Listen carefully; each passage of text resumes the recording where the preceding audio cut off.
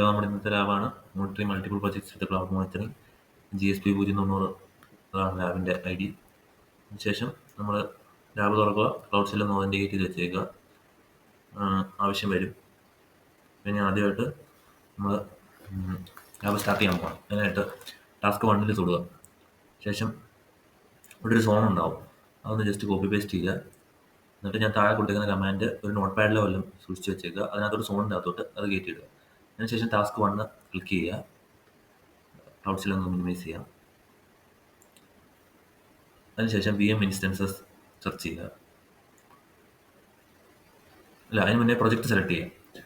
അതിനായിട്ട് നമ്മൾ മുകളിൽ പ്രൊജക്റ്റിൻ്റെ അവിടെ തൊടുക. എന്നിട്ട് പ്രൊജക്റ്റ് 2 അതിൻ്റെ ID കോപ്പി ചെയ്യുക. അതിനുശേഷം അവിടെ സെർച്ച് ചെയ്യുക. ആ ID വരും. അപ്പോൾ ID തൊടുക. ഓക്കെ, അത് തൊട്ടു. ഞാൻ ഇപ്പോൾ എൻ്റെ പ്രൊജക്റ്റ് മാറ്റി സെക്കൻഡ് പ്രൊജക്റ്റായിട്ട് സെലക്ട് ചെയ്തു. ഇത് ചെയ്തിരിക്കണം, ഇല്ല എറർ വരും. ഓക്കെ, ദെൻ VM ഇൻസ്റ്റൻസ് എന്ന് സെർച്ച് ചെയ്യുക.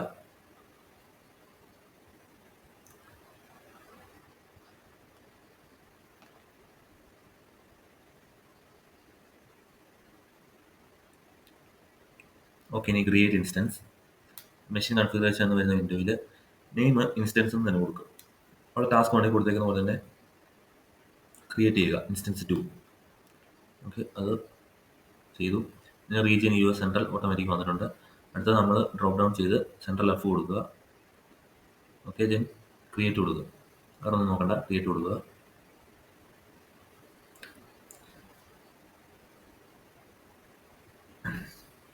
ഓക്കെ, ഒന്ന് വെയിറ്റ് ചെയ്യുക.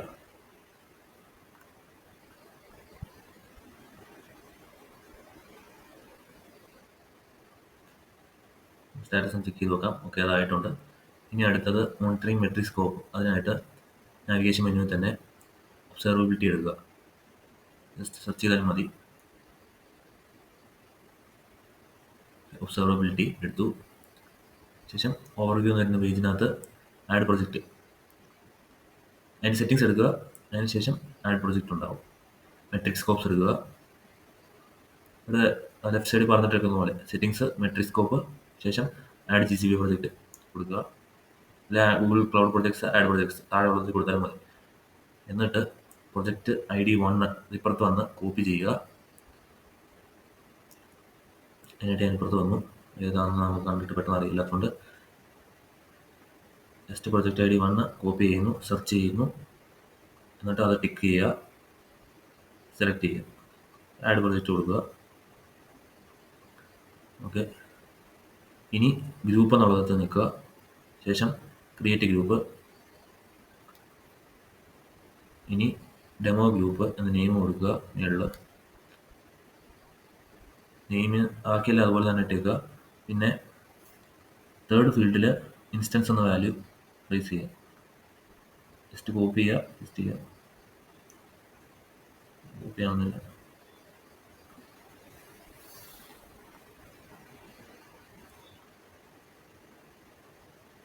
ഓക്കെ, അത് കോപ്പി ചെയ്തു, പേസ്റ്റ് ചെയ്യുക. ഇനി ക്രിയേറ്റ് കൊടുക്കുക.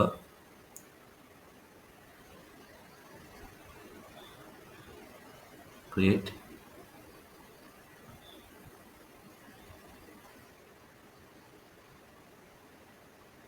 നമുക്ക് ടാസ്ക് ചെക്ക് ചെയ്ത് നോക്കാം. ഓക്കെ, അത് കംപ്ലീറ്റ് ആയിട്ടുണ്ട്. ഇനി അപ് ടൈം അലേർട്ട് ക്രിയേറ്റ് ചെയ്യാൻ വേണ്ടിയിട്ടുള്ള പരിപാടിയാണ്. അതിനായിട്ട് നിങ്ങൾ അപ് ടൈം ചെക്സ് ഒബ്സർവബിലിറ്റി തന്നെ ക്രിയേറ്റ് അപ് ടൈം ചെക്ക് കൊടുക്കുക.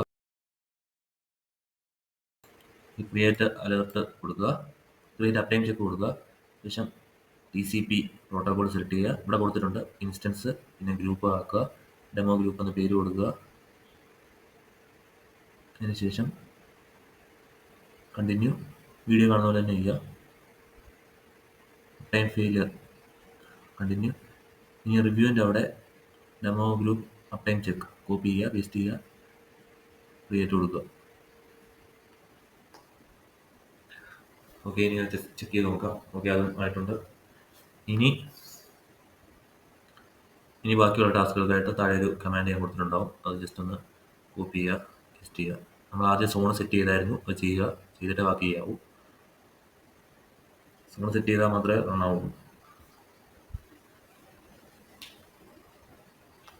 ഓക്കെ, ഇപ്പോൾ എക്സിക്യൂട്ട് ആവും. കുറച്ച് സമയം വെയിറ്റ് ചെയ്യുക. ആദ്യത്തെ ടാസ്ക് 1 മുതൽ നമ്മൾ ചെക്ക് ചെയ്ത് നോക്കാം.